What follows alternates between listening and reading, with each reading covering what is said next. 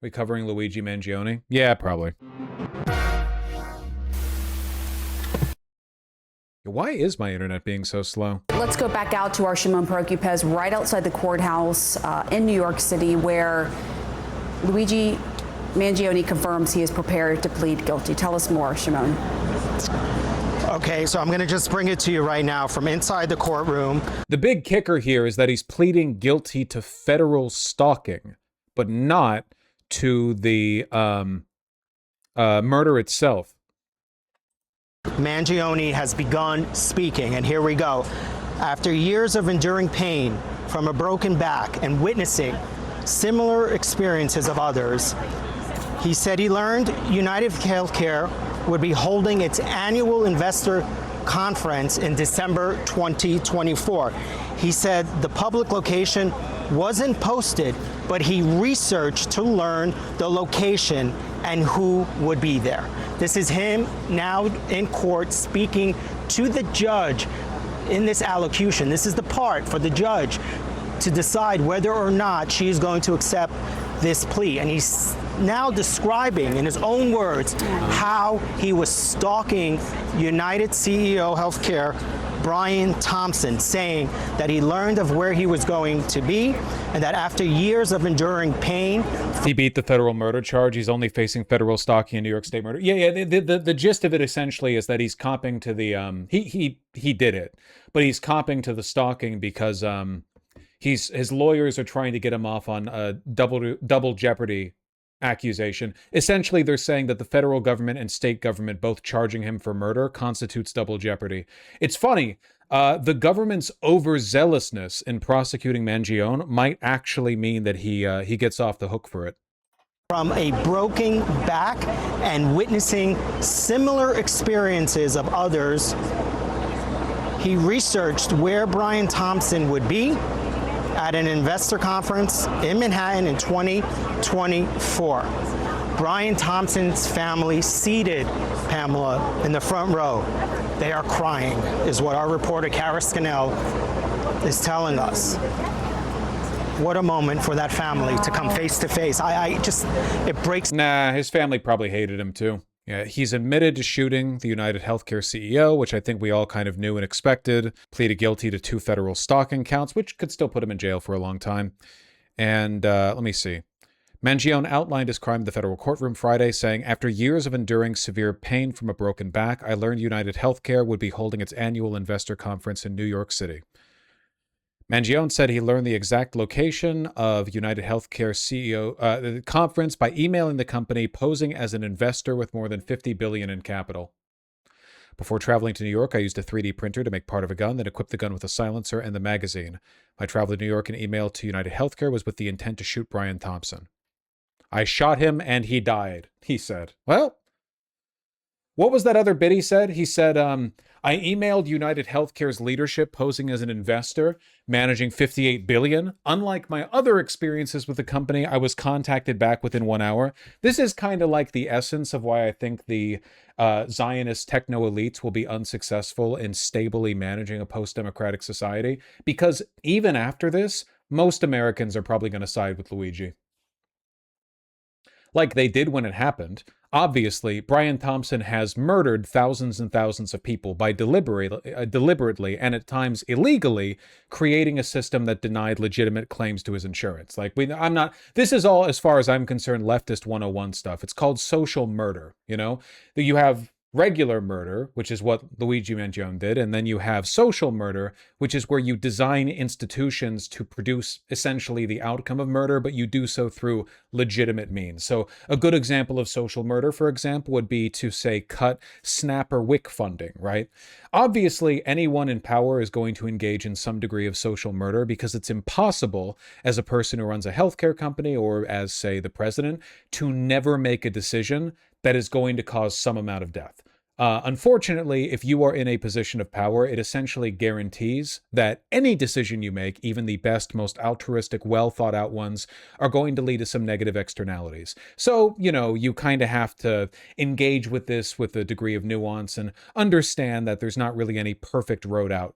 However, Brian Thompson was far from perfect. Brian Thompson was not like on the margins, you know? Yeah, US aid cutting is a great example. I think we could all agree that when Elon Musk, for no fucking reason, cut funding to US aid and just arbitrarily killed hundreds of thousands / millions of people, that was social murder. Like, Elon Musk has a death toll attached to his name that is going to come close to Pol Pot, Adolf Hitler, just directly through his involvement in cutting US aid. The difference is that it happened through the deprivation of resources rather than like just sending people out there to shoot. Shoeonhead defended it. Shoeonhead defends lots of bad ideas. Shoeonhead has spent the past, several years defending the, Epstein Zionist oligarch pedophile brigade in every step they've taken to rape the country. An uninteresting addition to my ramble, but thank you for pointing it out. At any rate, social murder, leftism 101, blah, blah, blah. But this is the reason why I think their dystopian designs aren't going to come to fruition. It's because at the end of the day, they're just not really good at managing the social element of these of these decisions, This is only going to go up. Like, the amount of eco-terrorism in America is going to skyrocket once people start to really realize how fucked we are. That through the decision-making of a relatively small number of people, we have been inexorably and unavoidably led to a world where billions of people will needlessly suffer and die due to direct climate harm or resource deprivation that did not have to happen and essentially just enriched like a couple dozen people, basically. It's going to lead to an unbelievable amount of suicide, terrorism, eco or otherwise. I'm genuinely, this is like a morally neutral acknowledgement of a fact. You know what I mean? Like, the world that they have created will lead to terrorism as inexorably and unavoidably as the rising levels of CO2 in the atmosphere will lead to climate disaster. The outcome is as guaranteed as plague or famine leading to social unrest. It is completely unavoidable. There's nothing they can do to stop it. No amount of flock or Axon cameras, no amount of, ICE detaining or deporting. Nothing will change that fact. They have built this world. Brian Thompson has built his own world. If Brian Thompson had not committed his life to socially murdering thousands of people, he would still be alive. But he didn't, so he isn't. At any rate, the judge hasn't even accepted the plea bargain yet, so we'll see how it goes. Did you see Musk laughing off questions about draining the potable water supply? Yep. As an example of both, A, these dystopians aren't very good at managing the social consequences of the world they're trying to build, and B, an acknowledgement of how widespread eco-terrorism is going to be once things really pop off. Critics say that Tesla is stealing water from the region. This region has so much water. Look around you. No, this is completely wrong. It's like water everywhere here. Does this seem like a desert to you? It's ridiculous. What do you expect? It rains a lot. Calling it supervillain shit is genuinely giving him too much credit. It's impossible to say anything, right? But again, what do you think is going to happen widespread when everyone's suffering from, say, a loss of potable water and you've got this jackass on TV every day? Brian Thompson built his own world. Elon built his own world. All of this was always going to happen. It's inevitable. In a way, the Luigi Mangione situation is kind of identical to the Charlie Kirk situation, which is more and more people are becoming increasingly irreverent about stochastic violence because we have moved into like a post-civility position of, well, these people are trying to destroy the world anyway, so who cares? Part of it was also that like Republicans made Charlie Kirk's death an absolute fucking joke by, treating it like half and half, so seriously and unseriously. But a lot of it is also just people are losing faith in the ability for the system to regulate and manage its own outcomes. Like, it's worth remembering that in a good society, Luigi Mangione wouldn't have done what he did. Charlie Kirk wouldn't have gotten kirked. In a good system, they would have both been arrested, tried, and spent the rest of their lives in jail for what they did. Charlie Kirk and Brian Thompson both dedicated their lives to making the world a worse place. They both have very direct death tolls attributable to them. In a good system, stochastic violence would never ever manifest because the institutions that we rely on would do the work themselves, arresting people and dispensing justice as necessary. Obviously, we don't live in that world, and nobody really thinks we do anymore either, and that's what causes the problem. Seems good for us, at least? No, not even a little bit. Feudalism may be inequitable, but trust me, the world that comes about from the peasantry realizing that they have the manpower to storm the castle and kill the lord does not make the average peasant any less hungry.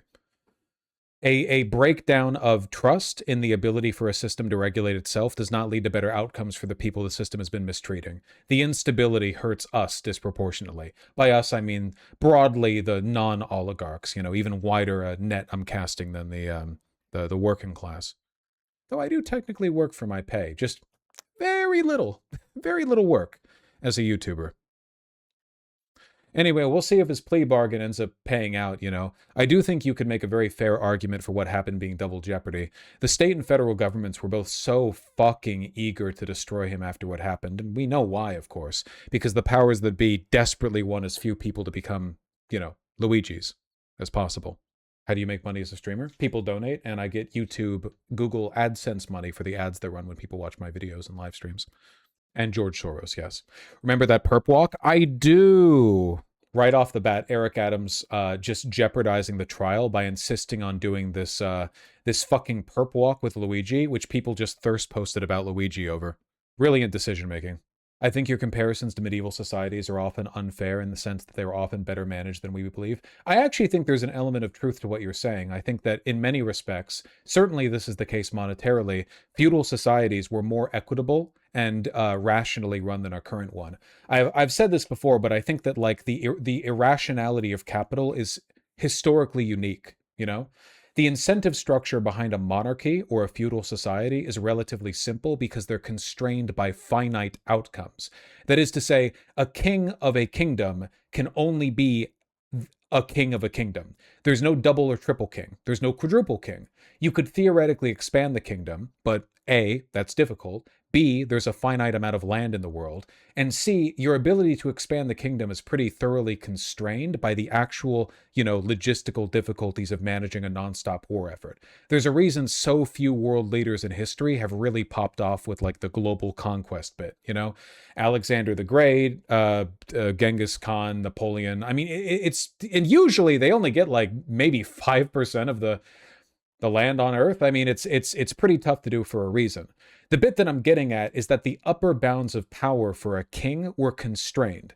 But what's the upper bound of wealth or ownership for a capitalist? They're totally arbitrary numbers, and they can go up infinitely. Even if you own all the land in the world, you can own stuff in outer space. You can own theoretical rights. You can own futures. You can speculate on speculation on futures on the whole world.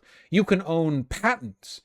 The upper bound for wealth and ownership is limitless, which means that, you have the whole infinite incentives in a finite world problem, which wasn't as much of an issue before capitalism. Or maybe not even a problem at all, which means that you get increasingly irrational outcomes. It is a fact that after capitalism, we have gotten much worse at managing our environment. Or, no, wait, hold on. I should be more nuanced here. Pre-capitalist humans fucked up their environment all the time, constantly. But I guess a better way of putting it is, historically, when we've mismanaged the environment, it's usually been due to ignorance.